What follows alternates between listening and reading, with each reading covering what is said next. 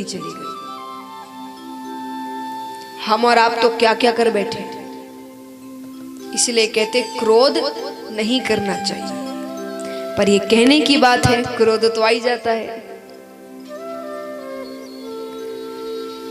तो एक तरीका बताती हूं मैं आपको कि जब भी क्रोध आए तो ये कार्य करना, इससे कहते क्रोध चला जाता है।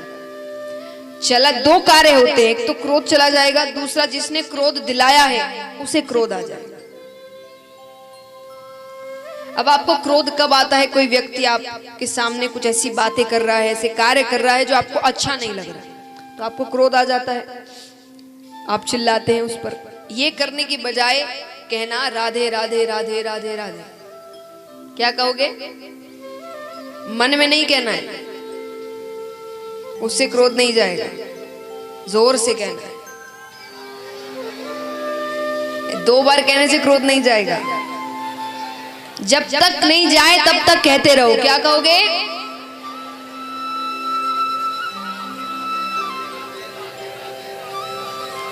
कितनी हंसी आ रही है, देखिए। अब एक बात बताइए, कहने में आपको इतनी हंसी आ रही है, अब जो व्यक्ति आपको क्रोध दिला रहा है उसका उद्देश्य आपको क्रोध दिलाना है। ऐसे मुस्कुराते हुए देखेगा तो उसे क्रोध नहीं आएगा कि इसे तो मेरी बात की फर्क ही नहीं पड़ रहा कैसा आदमी है ये। और आपको सिर्फ राधे राधे राधे राधे राधे राधे राधे राधे राधे राधे वो कहते रहो, तुम्हें जो कहना करके देखना, क्रोध तो ऐसे जाएगा, चेहरे पर मुस्कुराहट आएगी, और जिसने गलत किया उसको खुद को क्रोध आ जाएगा। तो महाराज इसीलिए कहते हैं राधे नाम सबका हल है। नाम में इतनी शक्ति है, सिर्फ क्रोध नहीं। क्रोधित हो, दुखी हो, चिंता में हो, हारे हुए हो, राधे नाम का उच्चारण करो। इस नाम में बहुत ताकत है। मन से, गुस्से में, आप गुस्से में और गुस्से में ही राधे राधे राधे कहोगे कि कहने को कह रहे हो, नाम पर भी क्रोध आ रहा है आपको, ऐसे नहीं कहना। मन से कि सच में मुझे उस क्रोध को दूर करना है, तब देखिए ये कितना असर करता है, विश्वास रखकर इस नाम पर। तो महाराज इसीलिए तो महादेव जी कहते ठीक है, मार नहीं सकता, बंदी तो बना सकता हूं, मैं इसे बंदी बनाकर रखूंगा। वेद व्यास जी कहते अहो भाग्य इसके, अरे वर्षों तपस्या करने के बाद किसी किसी को आपकी सिर्फ एक झलक प्राप्त होती है। इसने पता नहीं कितने पुण्य किए हैं कि जन्म लेते ही आपकी छत्र छाया में रहेगा।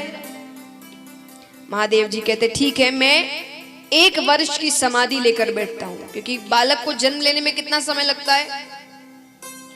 9 महीने।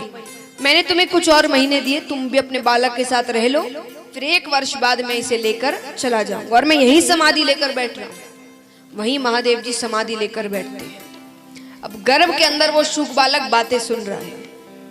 उसने कहा समाधि ली भी तो इतनी कंजूसी से, 1 वर्ष की, अरे 16 वर्ष की समाधि तो मैं गर्भ के अंदर लेकर बैठता हूं। शुभ बालक ने गर्भ के अंदर 16 वर्षों की समाधि ली। 1 वर्ष बाद महादेव जी उठते हैं, लाइए बालक। वेद व्यास जी कहते बाहर आना दूर, उसका आकार भी नहीं बढ़ा अभी तक। मेरी पत्नी को बहुत तकलीफ हो रही है, आप क्या पता आपके डर से वो बाहर नहीं आ रहा, आप उसे क्षमा कर दीजिए। जैसा मैंने कहा, ब्राह्मण देवताओं की बातें देवता सुनते हैं। महादेव जी ने कहा मैं आपके कारणों से क्षमा कर रहा हूं, क्योंकि आप मुझसे कह रहे हैं ऐसा करने को। चले जाते हैं महादेव जी, फिर भी वो बाहर नहीं आता। 15.5 वर्षों तक वो शुभ बालक गर्भ के अंदर रहता है। पर उसके बाद, क्योंकि अब विचार करिए, बालक 9 महीने रहे तो बहुत तकलीफें होती है, तो 15.5 वर्षों तक उनकी पत्नी को कितनी तकलीफ हो रही है। जब तकलीफ हद से ज्यादा बढ़ गई, जब भी एक भक्त को ऐसी जिसमें उसकी गलती नहीं है, उसके कारण उसे तकलीफ हो, या भक्ति करते करते अच्छे कार्य करते उसे तकलीफ हो, कहते उस समय हाहाकार मच जाता है। यानी ऐसा समय आता है कि देवताओं को भगवान के पास जाने पड़ता है कि अब आपको नीचे जाना पड़ेगा, उस भक्त को दर्शन देना होगा। ध्रुव जी के समय जब ध्रुव जी तपस्या कर रहे थे, तो उनकी तपस्या इतनी कठोर हो गई थी, वायुमंडल शून्य होने लग गया। तो देवताओं के पास जानना, देवताओं ने कहा अब और परीक्षा ना ले उसकी। उसकी परीक्षा के चक्कर में सब खत्म हो जाएंगे कि वायुमंडल शून्य हो गया। वो ऐसी कठोर तपस्या कर रहा है बच्चा, क्योंकि उन्होंने अपनी सांसें रोक ली थी। वो सांस नहीं ले तो कोई सांस ना ले, क्योंकि भक्ति करते करते मृत्यु हो जाए ऐसा हो नहीं सकता। तो अब यहां पर शुक बालक अंदर जब तकलीफ हद से ज्यादा बढ़ गई तब भगवान नीचे आते हैं। भगवान शुक बालक से गर्भ के बाहर से बातें कर रहे हैं। भगवान कहते तुम बाहर आ जाओ, ये दुनिया बहुत सुंदर है, तुम यहां आओगे दुनिया की सुंदरता देखकर तुम सब कुछ भूल जाओगे। शुक बालक ने कहा इसीलिए तो नहीं आना, ये दुनिया इतनी सुंदर है कि यहां आके जीव आपको भूल जाता है, आपको मानना बंद कर देता है। कहते हैं ना बच्चे जब छोटे होते बच्चों को भगवान का रूप क्यों बोला जाता है कि नींद में मुस्कुरा रहे हैं तो कहते भगवान उन्हें दर्शन देते हैं, उनसे बातें करते हैं, इसलिए सिर्फ उनको भगवान का रूप माना जाता है उसी उम्र को, जब भगवान चुपचाप बालक सो रहे हैं और मुस्कुराने लग जाए। तो भगवान ने कहा, शुक बालक ने कहा कि जो हर वक्त आपका नाम ले उसकी जगह बड़े होने के बाद, संसार देखने के बाद वो आपको भूल जाता है, ऐसे संसार में आकर क्या फायदा। भगवान ने कहा पर तुम अंदर नहीं रह सकते। तो बोले फिर आप अपनी मोह माया रोक दीजिए। भगवान कहते वो नहीं रुक सकती। तो बोले फिर मैं अंदर ही ठीक हूं। तब भगवान ने कहा कि ठीक है, मैं एक क्षण में जितना समय होता है, केवल एक क्षण, उसका भी 100वां हिस्सा, उतने समय के लिए मैं अपनी मोह माया रोक दूंगा। ठीक है। शुक बालक ने कहा मैं जब कहूं तभी रोकिएगा। वो अंदर तैयारी कर लेता है बाहर निकलने की, और भगवान से कहते ही भगवान अपनी मोह माया रोकते हैं, और उसी वक्त गर्भ के अंदर से साक्षात श्री सुखदेव मुनि महाराज प्रकट होते हैं। बोलिए श्री सुखदेव मुनि महाराज की। ऐसे श्री सुखदेव जी को हम शत शत प्रणाम करते हैं। इस प्रकार सुखदेव जी के अवतार की कथा है। अब चलते हैं नैमिषारण्य वन में। कल तक आपको अलग अलग जगहों से कथा सुनने को मिलेगी। कल से हम सुखदेव जी से कथा सुनेंगे। राजा परीक्षित और सुखदेव जी के बीच जब कथा आरंभ हो जाएगी तब तक अलग अलग जगहों से कथा सुनते हैं। अभी तक सुनी महादेव जी और पार्वती जी के बीच की कथाएं। अब चलते हैं नैमिषारण्य वन में, जहां 88,000 ऋषिगण बैठे हैं। उनमें सबसे बड़े ऋषि है शौनक ऋषि, इसीलिए सबको शौनकादि ऋषियों के नाम से संबोधन करेंगे। उन्हें कथा सुना रहे हैं सूत जी। शौनकादि ऋषि सूत जी से कहते हैं कि प्रभु आप हमें ये बताएं, क्योंकि हम अज्ञानी हैं और आप में एक नहीं दो नहीं करोड़ों सूर्यों के समान ज्ञान रूपी प्रकाश है, कि कलयुग में जीव का कल्याण कैसे होगा। शौनकादि ऋषि कहते हैं अज्ञान ध्वंत विदवंश कोटि सूर्य समप्रभा सूता क्या ही कथा सारम मम कर्ण रसायनम, कि जीव का कल्याण कलयुग में कैसे हो। सूत जी कहते हैं काल व्याल मुख ग्रास त्रास निर्णाश हेतवे श्रीमद् भागवतम शास्त्रम कलोकिरेण भाषितम। अर्थात काल व्याल मुख ग्रास, काल सबको अपना भोजन बनाते हुए आ रहा है। इसका अर्थ है आयु निश्चित है, सबकी मृत्यु लिखी गई है और वो सबको अपना भोजन बनाते हुए आ रहा है। कहते हैं कि एक बच्चा जन्म लेता है, जन्म लिया तो अब वो बड़ा होगा कि नहीं इसमें कोई संदेह है। संदेह यानी डाउट, कोई डाउट है, ऐसा हो भी सकता है नहीं भी हो सकता है। तो वो बच्चा बड़ा होगा कि नहीं होगा इसमें संदेह है? हाँ या ना, सोच समझ कर बताइए। कहते ना पेपर में क्वेश्चन ठीक से पढ़ो फिर उत्तर देना। बच्चा बड़ा होगा कि नहीं होगा, डाउट है? किसने कहा नहीं है? इनकी भगवान से बातें होती है, किसकी आयु कितने तक लिखी है नहीं पता।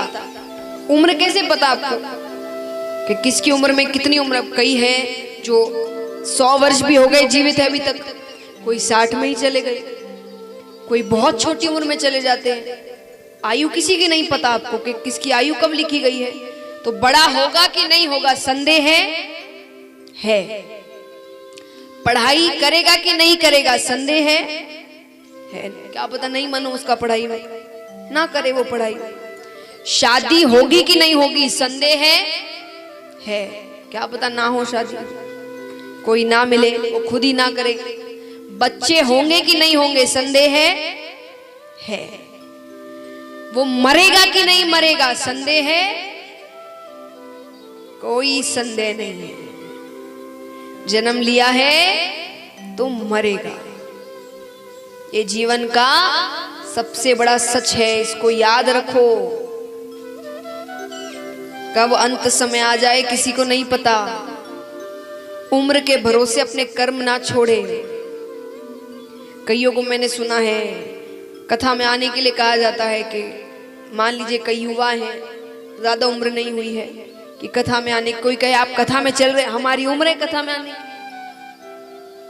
आपके उम्र के हो जाएंगे ना तब आएंगे, पक्का है उस उम्र के होगे। नहीं हुए तो दान करना, पुण्य करना सब हमने उम्र पर छोड़ा है।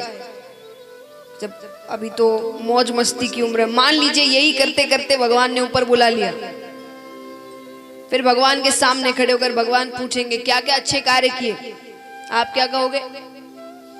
आपने करने ही नहीं दिए। हमने तो सोचा था उस उम्र में करेंगे। तब भगवान कहेंगे मुझसे कोई कॉन्ट्रैक्ट साइन करवाया था कि इतनी आयु रहेगी? मैं तो हमेशा से कहता आया हूं, संत कहते हैं, कथाओं में कहा जाता है।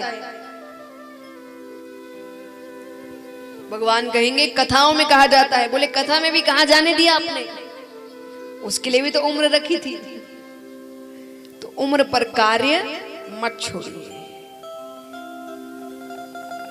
अपनी मन की इच्छाएं पूरी करिए, पर भगवान की लीलाएं सुने, समझे, क्योंकि उनमें सीख है। जीवन कैसे जीना है, क्या करना है। तो महाराज सूत जी कहते हैं कि आयु निश्चित है, पर इस छोटी सी आयु में अगर कोई कल्याण करवा सकता है तो वो है श्रीमद् भागवत कथा। अब महाराज सूत जी कहते हैं कि जब सुखदेव जी कथा सुनाना आरंभ कर रहे थे तब स्वर्ग लोक से देवता आते हैं हाथ में अमृत कलश लेकर, और आकर कहते हैं कि आप ये अमृत राजा परीक्षित को पिला दीजिए, इससे तक्षक के डसने पर भी उसकी मृत्यु नहीं होगी। लेकिन ये अमृत रूपी श्रीमद् भागवत कथा आप हम देवताओं को स्वर्ग में सुनाइए। सुखदेव जी सोचते हैं कि देवताओं के पास कल्याण करने के कई साधन हैं, जो भगवान के पास रहते हैं, जब मन चाहे भगवान के पास चले जाते हैं।